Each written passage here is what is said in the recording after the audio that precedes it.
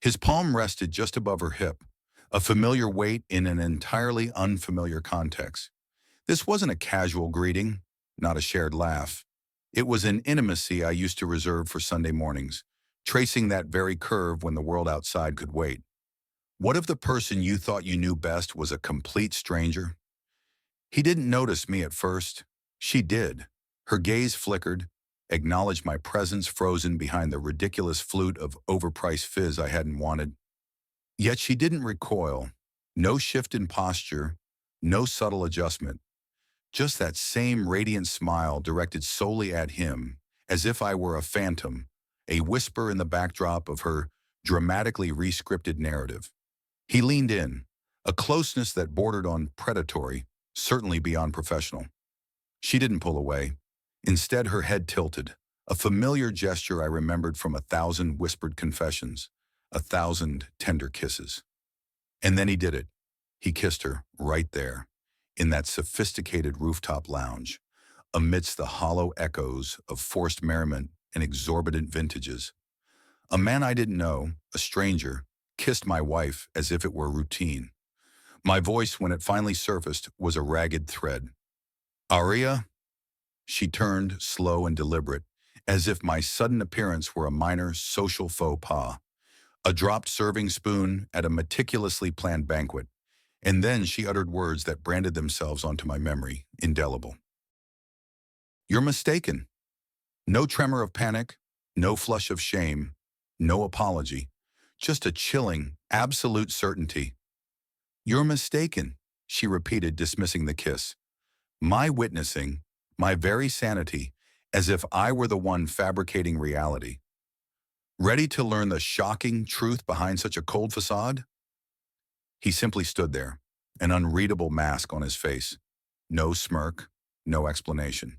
He adjusted the cuff of his charcoal blazer with the casual air of a man who just closed a lucrative deal. I didn't lash out. I didn't shout. I didn't break down.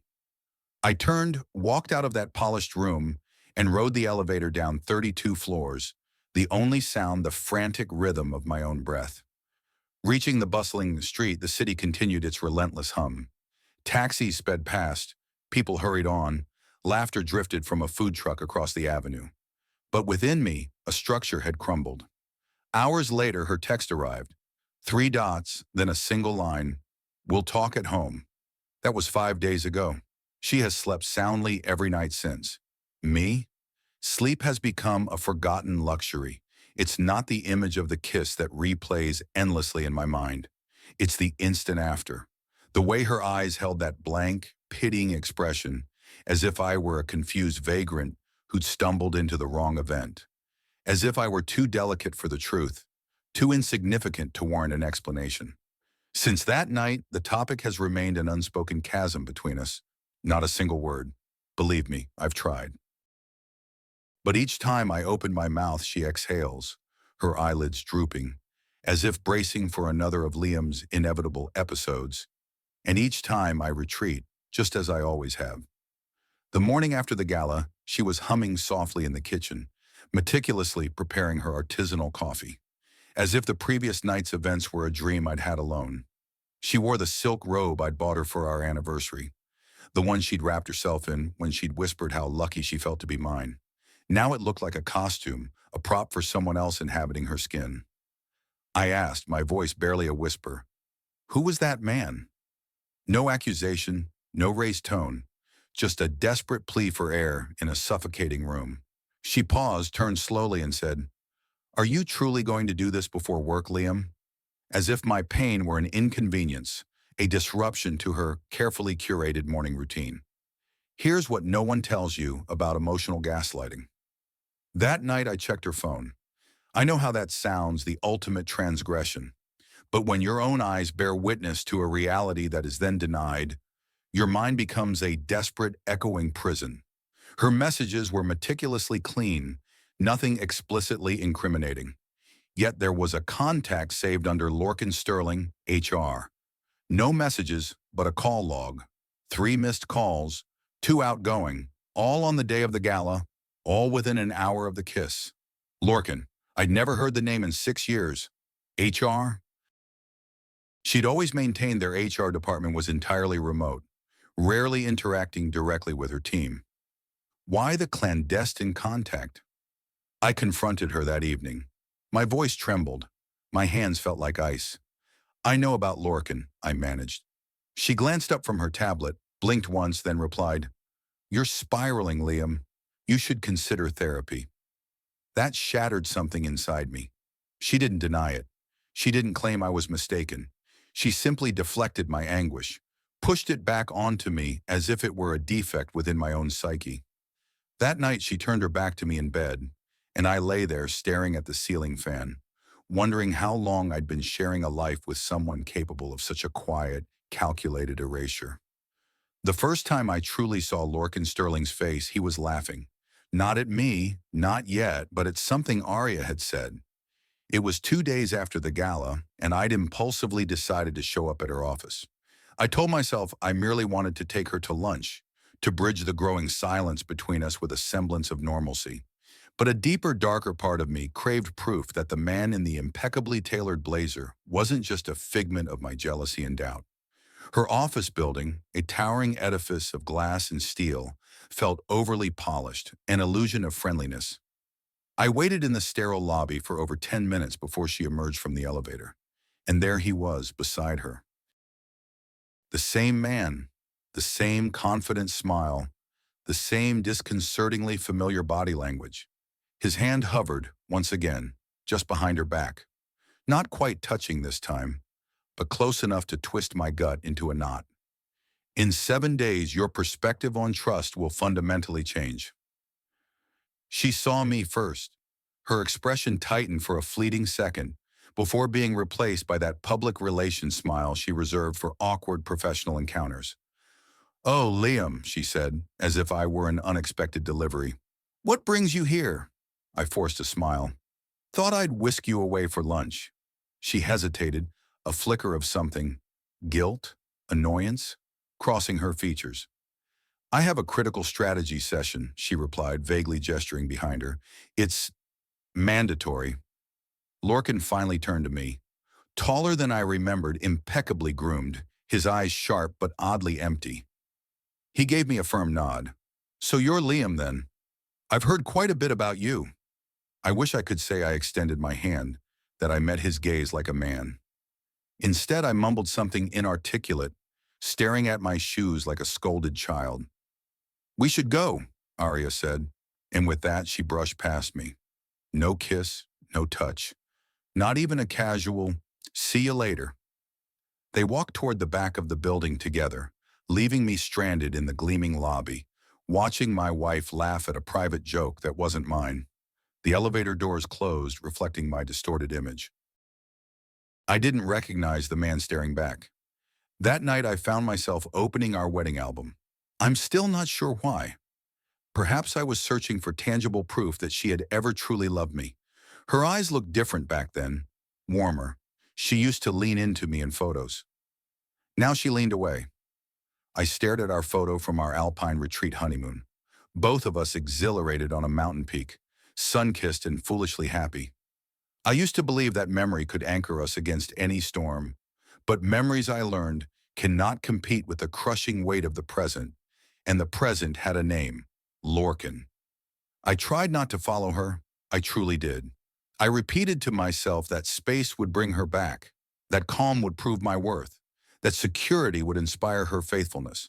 But after yet another silent dinner where she barely touched her food and I pretended not to notice, she announced she was going out for a team-building happy hour, the exact phrase she'd used the night before the infamous gala.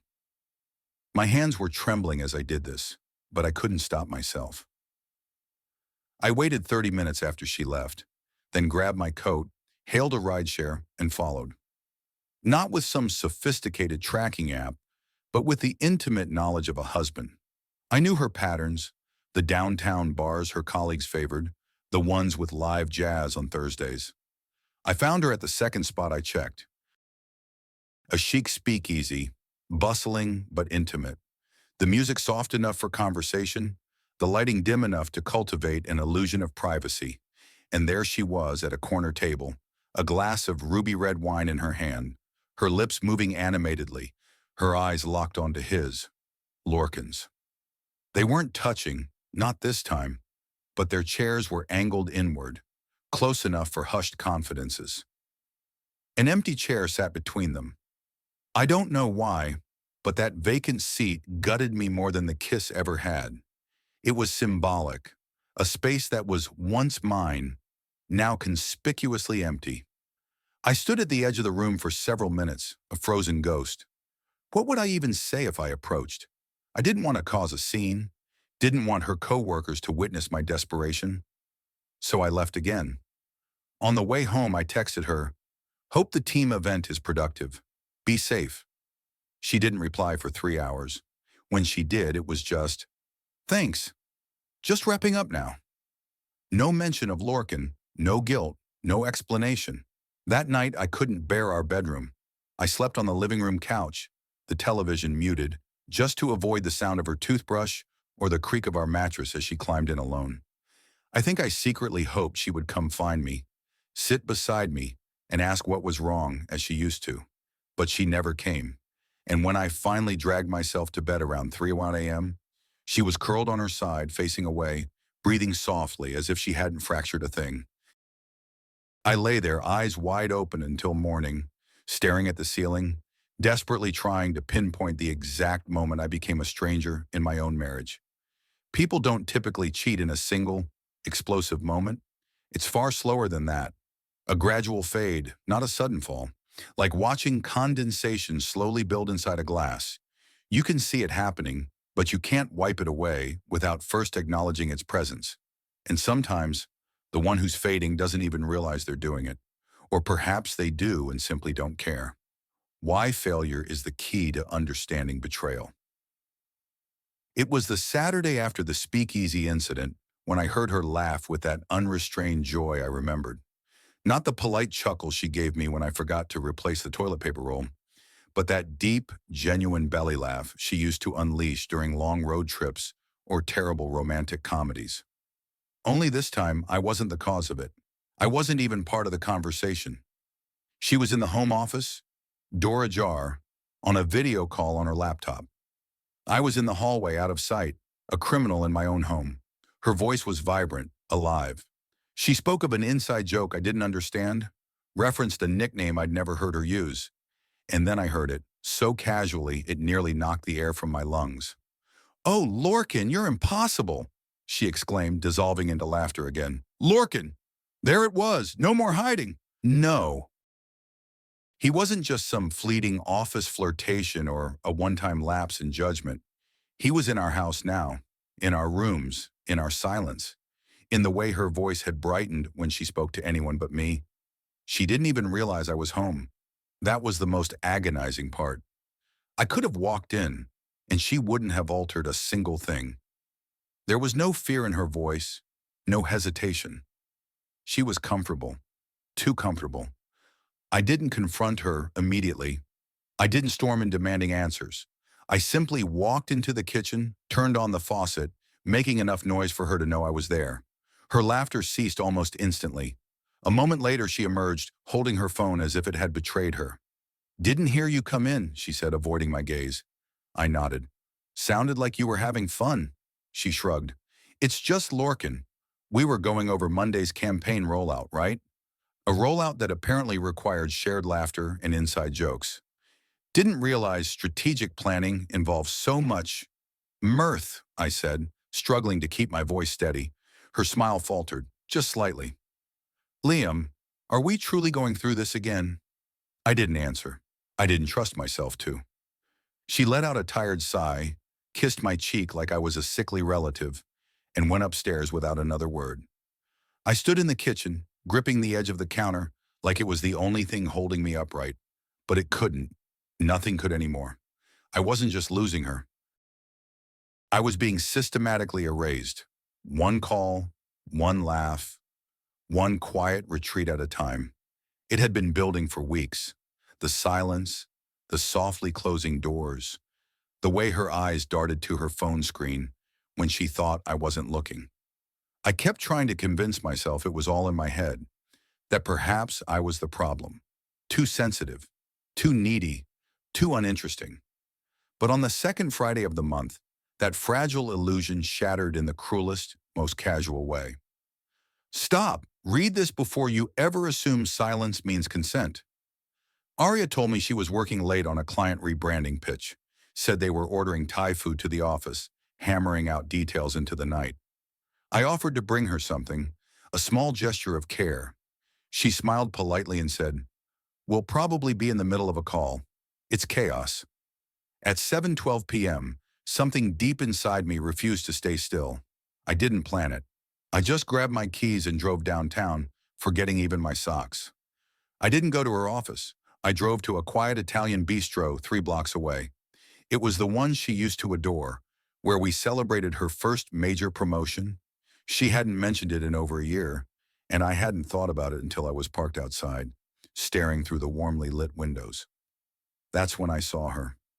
She wasn't in business attire. She wore the emerald green sweater I once told her made her look like a pre-Raphaelite painting. And across from her, at a candlelit table for two, was Lorcan.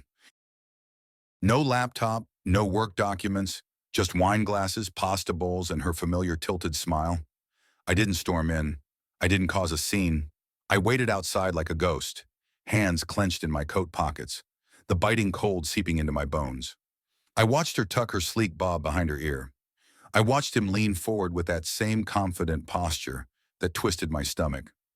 She laughed again, that same laugh she used to give me when I was still her sanctuary.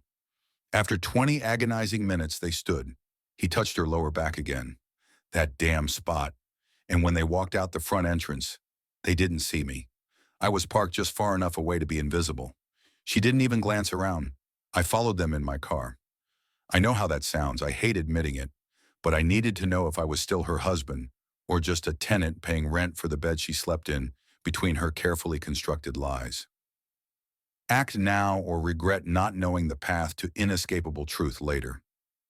They didn't go to her office. They didn't even bother with the pretense. They drove to a boutique hotel 2 neighborhoods over, one of those upscale places with personalized key cards and exclusive rooftop access. I parked across the street and waited until they disappeared inside. Then I followed, a hard knot of dread in my throat, feigning the air of a man meeting someone. The front desk was quiet. A single staff member was typing intently. "I'm checking on a reservation," I said, swallowing hard. "For Aria Caldwell?" The man glanced down, typed, and offered a faint smile. "Yes, Ms. Caldwell confirmed her suite about 20 minutes past the hour. Would you like me to ring her room?" I don't even remember leaving. My legs felt like they didn't belong to me. I said nothing. I just walked out the door and let the cold night wind whip against my face until I felt nothing at all. She had a room. She made a reservation. She planned it. This wasn't a mistake. This wasn't a moment of emotional confusion. This was betrayal. Scheduled, named, checked in. This isn't a story. This is a guide to uncovering hidden betrayals. I didn't sleep that night. I didn't even try. I just sat in the living room with the lights off, staring at the front door as if it owed me an explanation. I wondered what time she would come home, or if she would at all. I imagined different versions of her walking through that door. One who cried and confessed, one who yelled and blamed me, one who said nothing and acted like I'd imagined everything. The terrifying truth was, I had no idea which version of my wife I would get anymore. At 2:03 a.m., the doorknob turned. She stepped inside as if returning from a late work shift, hair tied back, jacket folded neatly over her arm, no smudged makeup, no visible signs of guilt on her face, just a manufactured tiredness, the kind people wear to fend off uncomfortable questions. "Oh," she said, spotting me in the shadows. "Still awake?" I couldn't speak. Every word I wanted to utter felt too heavy, too fragile to articulate. My jaw tightened. My eyes must have spoken volumes because she set her purse down slowly, cautiously, as if approaching a wounded animal. "I told you I'd be home late," she added, her tone firm, almost defensive.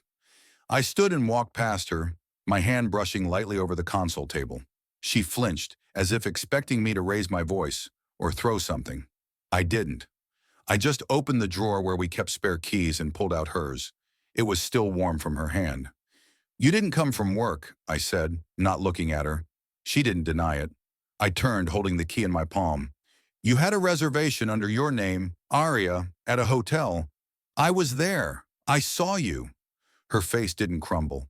It didn't even crack. It simply shifted, hardened. I was going to tell you, she said, but I knew how you'd react. That sentence shattered me more than anything else. Not what she did, not who she did it with, but the fact that she had calculated it. She knew. She had planned around my heartbreak as if it were just another inconvenient meeting to avoid. I didn't mean for it to happen, she added quietly, as if that made a difference. But it did, I said, and it kept happening. She looked away. Her lips trembled for a split second, then flattened. My feelings for you shifted a long time ago, Liam. It felt as if someone had reached into my chest and yanked the very cord that kept me upright. I couldn't speak, couldn't breathe. I tried, she said softer now. I truly did. The silence between us was thicker than any scream. I placed her key gently on the table and walked past her again, this time toward the bedroom. Not because I forgave her, not because I wanted to stay, but because I had no idea where else to go. She didn't follow. She just stood in the hallway as I shut the door between us. And for the first time since I'd met her, I felt truly, profoundly alone. I didn't leave the next day. I didn't slam the door or pack a suitcase or dramatically throw my ring on the floor like in the movies. I simply made coffee. I fed the cat. I showered. And while Arya feigned sleep upstairs, I opened my laptop and started writing everything down. Not for her, not even for myself at first, just to ensure the truth existed somewhere, a tangible record in case I ever doubted it again. But somewhere between typing and crying and typing again, I felt a profound shift. I realized I wasn't writing about her anymore. I was writing about me, about the man who had shrunk himself so small just to be easy to love, about the man who mistook loyalty for invisibility, about the man who offered grace even when he wasn't given honesty. I didn't hate her. That was the strangest part. I wasn't angry in the explosive, scorched earth way I'd always imagined. I was simply done. By Sunday morning, I had called an old college friend, Grant. He had a spare room, no questions asked. I packed only what I needed: clothes, my laptop, and the old frame photograph of my parents at their lake house. I left the rest behind, including my wedding ring. I placed it gently on the nightstand, not as an act of revenge, not to wound her, but as a final quiet punctuation mark to a sentence that had gone on far too long. This changed my life in 30 days. When I walked out of that house, it wasn't with a broken heart. It was with something far better: clarity. It's strange how grief can sometimes make room for gratitude. I was grateful she eventually told me the truth, even if it was late. Grateful I didn't discover it a year down the line, with a child caught in the middle. Grateful that now I could begin again, knowing exactly who I was without her. 3 weeks later, I stood by the shore of Lake Eston, where my parents used to take me as a kid. I watched the vast expanse of water stretch out endlessly and realized, for the first time in years, I didn't feel small. I felt free. And that's how it ended. Not with shouting, not with vengeance, but with a quiet goodbye and the long overdue return to myself. What if everything you believe about healing from betrayal is wrong?